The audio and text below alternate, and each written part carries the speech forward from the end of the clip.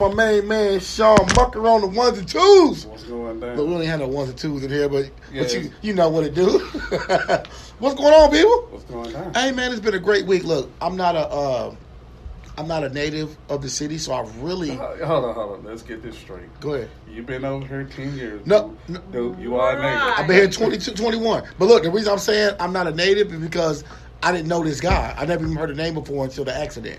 But Anthony Grundy. shout out to Anthony Grundy. I guess he was on the circuit before I got here. But people that know, people that are from Louisville and are from the basketball, the AAU, the entire hoop, I guess just the entire city period knew who Anthony Grundy was. One of the coldest dudes to touch the ball one of the coldest to touch the ball in the city, and he don't get the recognition he deserves. So he was a real hooper. A real hooper. A real hooper. A real hooper. Okay, so yeah, shout out to Grundy, man. He's up there. He's up there with the with Da. Oh yeah. Yeah, he's up there. I mean, as far as So he had one of those names in the city when he was coming up. He's up there with Da, Rondo, Allen Houston. A lot of them cats that came from Louisville. Yep. Plus he played ball at Central. Then he left Louisville. Went to North Carolina State. Then he went to North Carolina State in ball. I'm talking about. I think he was one of their leading scorers. I followed his record. He set records at when I saw the incident, I followed his career and I looked it up, and he was one of the leading scorers for NC State. Set a few records there. He left. He went undrafted, but he played overseas for 12 years. And in 2003 or 4, he had a 1 year stint with the Atlanta Hawks. So dude definitely was a hooper, man. So he was a hooper. So shout out to him and his untimely death. Sean, were you aware of him when he was out doing his thing? Yeah. So he was a household name. He was around our era, 96, 97 era. It was definitely one of the coldest to touch that field. So when D.A. and them were hooping in Kentucky, he was doing this thing at NC State. Yeah, I think he came a year or two. He came out in 98. Yeah, he came out. He was a couple of years after them. Okay. Yeah, he definitely did his thing. Yeah, I don't remember the name. I guess I wasn't from here. If I'm not mistaken, I had to look it up. I think he busted Louisville a couple of times. Oh yeah. I had to look it up to see if I think they played. That was in Louisville. Was in the Crum era, right? Yeah. I was at I think it was Patino era. Was Patino there? I think. Well, Patino was at when the Kentucky Patino in era? '96 with Well, D.A. yeah, okay. Well, yeah. Then he went to Boston. It was Crum era then. Yeah. Man, yeah. So it left kind of like a black cloud over the city because when I logged on social media yesterday and the day before, that was the only post I seen from everyone was about how Grundy took a lot. Now, me being Brad, right? I have to bring this up. I have to, right? Go ahead. In your opinion, T, was this a little bit of karma? And the reason I say karma, right? And I don't want to cast any negative images over his life, right? But back in June of this year, he was involved in a hit and run accident. And during the hit and run accident, a young lady died. So he hit a young lady that was crossing Dixie Highway. He ran her over. She died. He kept going. A couple days later, he turned himself into authorities, and they charged him with hit and run and failure to render aid, right? Being that he didn't stop, render aid to this young lady, and she died, was this a little bit of karma? No. No. Heck no. But what's with you saying that when they posted the story, I think it was on maybe WDRB on the Facebook page. You saw a couple of those comments. Yeah, I just want because I don't know him, right? So I'm just being objective as a journalist, right? No. And women, to be fair, I guess there was an alcohol problem. He had 4 DUIs in North Carolina, and he struggled with alcohol throughout his entire career. Yeah, but it's an accident. You know what I'm saying? Him not rendering aid. You know what I'm saying? Okay, you know what I'm saying? It's unexcusable for that. But right. I don't think him getting killed by getting stabbed is karma for that. I mean, because accidents does happen. So I'm not going to even put them two in the same. No, I'm not saying the accident. I'm saying like not stopping. No. I mean, because okay. Can someone's life be saved if you stop and call authorities? It could have been a possibility, but I think he did take because he turned himself in. He took accountability because he turned himself in for it. But it does erase the fact that you didn't stop. Nah, I mean it doesn't erase, but it means that you acknowledge that you committed a crime Later. if you turned yourself in. Later. A couple days later. A day later to that. I mean, Okay. he admitted. Because if you looking at a situation like that, some people don't even acknowledge that they did the crime or even turn themselves in. Well, your vehicle's all over the news. You know what I'm saying? I'm just saying, but I'm saying they wait to get caught by the police instead of turning themselves in. I just wonder. I mean, sometimes when we do things, life catches up with you. Energy kind of evens itself out here sometimes. I'm not gonna, we ain't gonna do that to that man. Not like that. No, we're not disparaging. I'm just saying that was someone's family as well. Right. The young lady. And I agree. Because you play ball doesn't make you. It doesn't make. I'm not exempting him from that. But what I'm saying is, I think the lady was 59 actually. Yeah. But what I'm saying is, at the end of the day, he acknowledged that he was at fault when you turn yourself in. And you know what I'm saying. Then on top of this, this man, you know what I'm saying. Rest in peace. We not gonna do that. Can you let Leslie in? Rest in peace to the lady that was killed in the accident as well. Rest in peace to the lady that was killed in the accident. But we're not gonna put one tragedy. You know what I'm saying? We're not gonna place two tragedies like one is because of the other, nothing like that. Because it's not.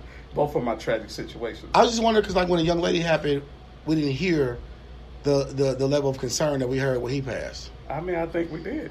I mean, you know what I'm saying? But how would you know if you didn't know him?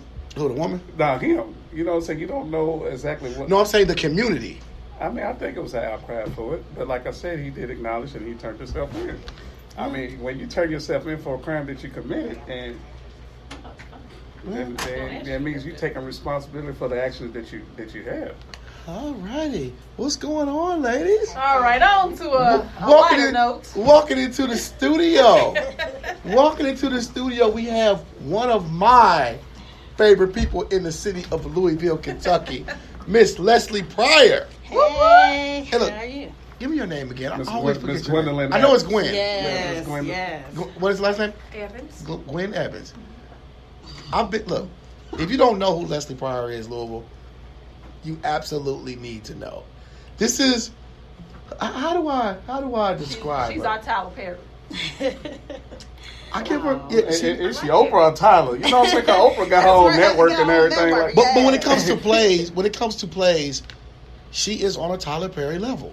If you haven't seen a Leslie Pryor production, Louisville, you absolutely need to see one of these plays. I've seen. This will be my third play that I'll be. This will be my third play. See, hold on. So you saying you went to see three plays? I said I've seen two. This will be my third one. When she cast you in no extra. Cast me as an extra. Let me get up. We're gonna have to talk about this. I didn't know you was an actor. I can act. I've had several I girlfriends. mean, he can just. He can walk across the stage or something. Right, okay, yeah. Can you sing? Woo! I can't sing. You can't sing? I can't sing. Can you dance? Remember Harpo? I can do the two-step. Okay. But I did a little acting in high school. Okay. But no, listen. When I talk about plays, I was blown away from the first play. The first play that I saw, I couldn't believe that this play was on. Because, people invite me to plays all the time. And you're thinking that a local playwright with local actors. And sometimes you just get what you have when it comes to actors, right? I didn't expect these plays to be of this magnitude. And these plays were absolutely phenomenal. I mean, the actors were great. The script was something else altogether. But the plot twist. Yeah, these are great plays. So we have number 3.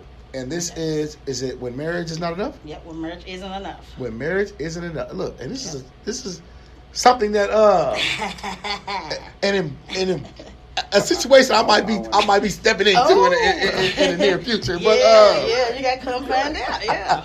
So When Marriage Isn't Enough. Hold the hell.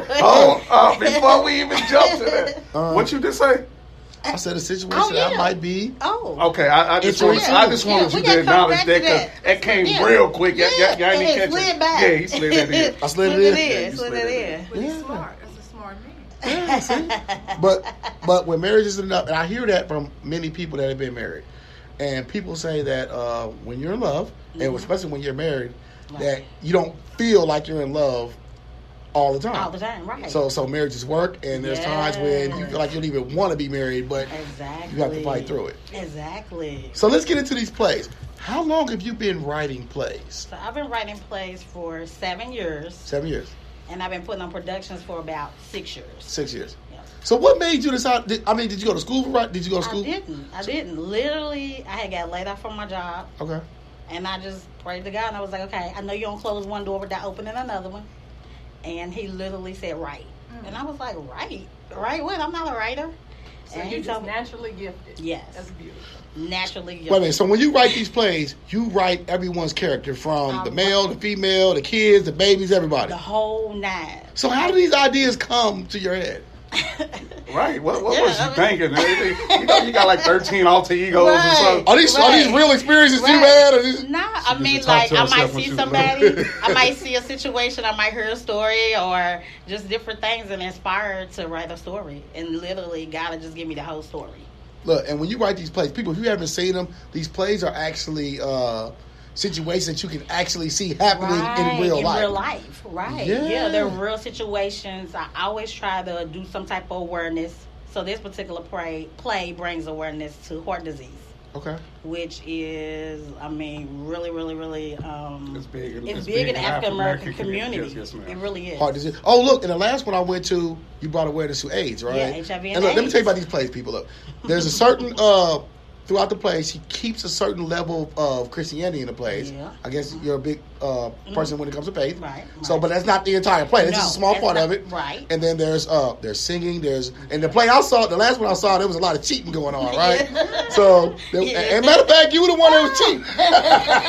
She was trying to get him. Yeah. He actually was a good guy. Yeah. So she got oh, okay. Yeah. Okay. Yeah. So there's situations where couples go through things where one partner feels like they want to cheat, but there's always like a plot twist where you think someone is cheating at the end. Right. There's like an unsuspected twist that you don't see coming. Yeah. So yeah. you just all these thoughts just come to All your these head. thoughts just come to my mind, Did you- even with every character, male or female. Yeah. I literally just think of what would a guy do, or what would a female So do. you don't ask males about. I might ask some questions. Like, Oh, does you this make definitely need my sense? input about I what need I- I was your about input. to- what I I need your might input. Okay, what you Yeah, I hope y'all recognize this though. She said that she got all these characters in her head. But So do we need to focus on mental health this No, time? I- Let's keep it going on. Yeah, we did. We did a mental health as well. I saw that one. Yeah, I mean, yeah, you just- see yeah, that one. Just Yeah. like how talented she is, but she might be a little touched. Nah, I'm not touched. I'm not touched. I'm not touched. No. But literally, I have all of these thoughts and I write them. So I gotta ask you this: when you write a play, because these plays are sometimes in excess of 2 hours, Right. and one of my favorite characters Okay. is what's my man's name? Theo. Theo. Okay. Theo. Mr. Hey, Yes, Theo. yeah, he's playing kills Dr. it. Teeley. Shout He's out- playing shout Dr. out Yeah, Theo. he's one of the leads. Oh, he's in this play as well. Yep, he's in this play as well. Okay, so when you sit down and write these plays, How long does it how take? long does it take? It just depends. I can literally, if the story's already in my head, I can write it within a couple of weeks. But you still have to get it edited, copywritten, and all of that. So So who- it's, of course, Who reads these plays before you put them in production? I You do can- have one person that I would let read before. Who's the wizard? Who's the wizard? It's actually my brother-in-law, so Oh, he'll yeah? be happy. Okay. Yes, his name is Chris Lee. So y'all just So sit he'll Shout back out to and Chris take- Lee. So y'all sit Yep. back and take shots and read your play. And Yep. And he's a guy, so of course I'll say, "Hey, would a guy really say that?" You know, You say he's your brother-in-law, right? it's my brother-in-law. My He ain't sister- telling the whole story. He keep himself to himself. He ain't gonna incriminate himself. That's right. All right, so when marriage isn't enough, Marriage isn't enough. give us a brief synopsis of what this play is about. Okay, so I'll actually read the synopsis so Okay. everybody will know Let's get it. what the play is about. All right. So Morgan, which is Gwen Evans, a successful lawyer, Okay. and she's now a district court judge, has been married to the established Dr. Teeley, which is Theo Mackley, a family physician for 7 years. The power couple appears to have it all: brains, beauty, and bronze.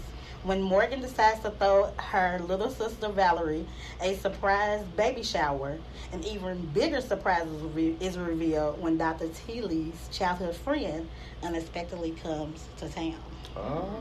So this is Yeah.